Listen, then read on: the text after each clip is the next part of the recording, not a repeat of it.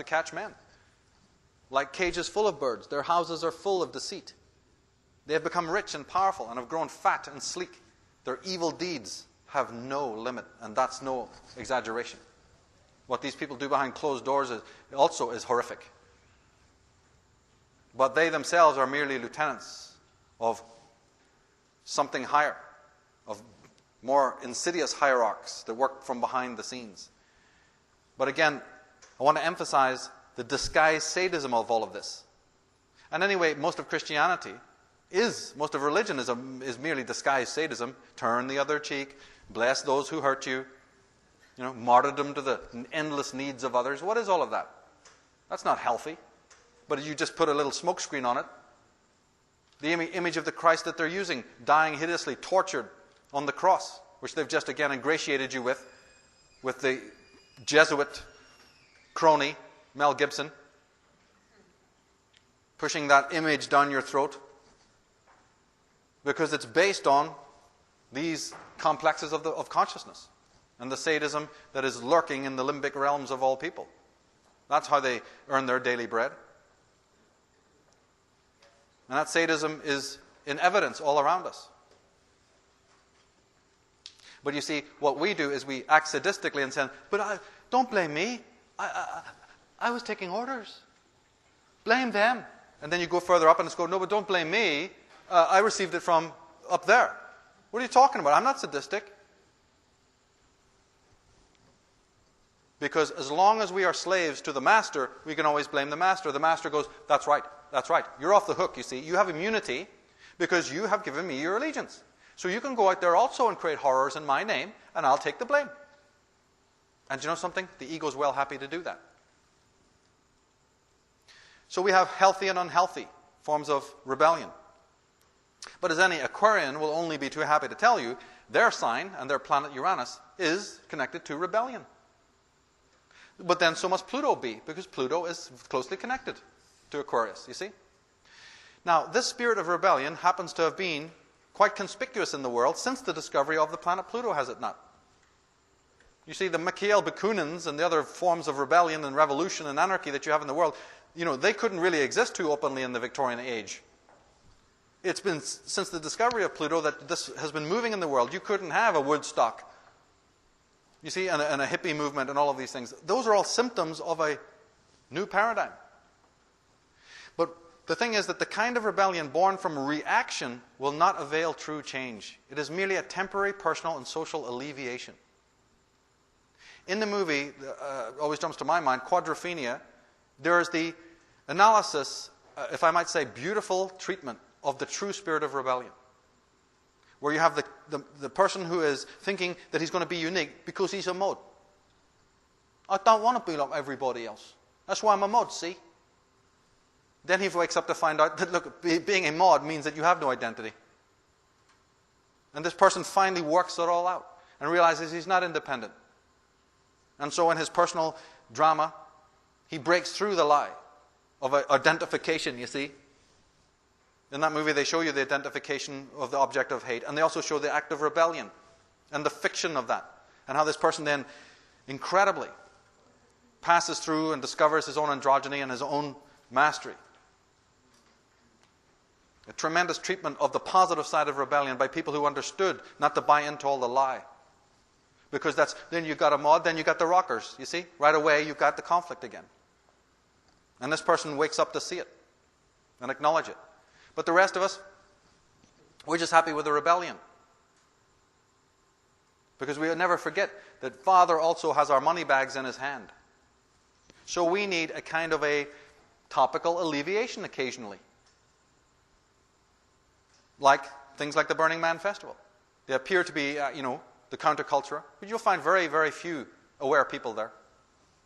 Really, when it comes down to it. You'll find lots of rebels with a small r. But you will find very people who have a faintest idea of how to really change the system. As we said, there's a deep connection between Pluto and Uranus, Scorpio and Aquarius, and this act of rebellion, the spirit of rebellion, is coming in with Pluto. So if the astrological jargon is, hard to get your mind around, don't worry. Pluto represents an act of true holistic rebellion against all that is punitive and corrupt. But as we just saw in the video clip, that rides against the establishment. And it's an old story. Martin Luther, the founder of Protestantism, says nothing is more poisonous, harmful, or devilish than a man in rebellion. Christianity and these organizations, these organized religions, as well as the corporate dominance and governments, they're there to erase your spirit of rebellion. That's their modus operandi. That's why they exist. They don't exist to take you to God or to heaven. There's very few enlightened people in Christianity, if you haven't noticed. There's very few enlightened people anywhere in the world, including on the banks of the Ganges. But what there is conformity, violence, subservience to tradition, an untold sadism to the self and to others. And there is the obvious control and subjugation of the true spirit of rebellion. Aldous Huxley, and he should know because he was one of the people devising ways to keep people down, he said, "It is perfectly possible for a man to be out of prison and yet not free, to be under no physical constraint and yet to be psychologically captive, compelled to think, feel, and act as the representatives of the national state or of some private interest within the nation wants him to think, feel, and act. The nature of psychological compulsion is such that those who act under constraint remain under the impression that they are acting of their own initiative." That's key. The victim of mind manipulation does not know that he is a victim. To him, the walls of his prison are invisible, and he believes himself to be free. That he is not free is only apparent to other people. His servitude is strictly objective. You see, anybody here has actually had to deal with psychotic people or schizophrenics or people? It's very difficult to tell those people that their thinking is deranged. They think they're perfectly normal. Partly, as I said, they've adjusted to reality as they see it, so they're not wholly to blame. But even in the worst chronic syndrome, you will find that you're wasting your time. You could roll out your soul like a red carpet and they'll walk right on it. Because they are thinking you're the dummy. You're the dumbass. You got it wrong. Charles T. Tart called it consensus trance. In short, I would say if it's not in the media, then most people think it didn't happen. Because they don't know what's going on in the other state or whatever. And if you came and told them, they probably think you're a crank and wouldn't believe it. But you put it on CNN and it happened. And conversely, if it did not happen, but is in the media, we believe it happened. The moon landing, for instance. Guess what? It didn't happen.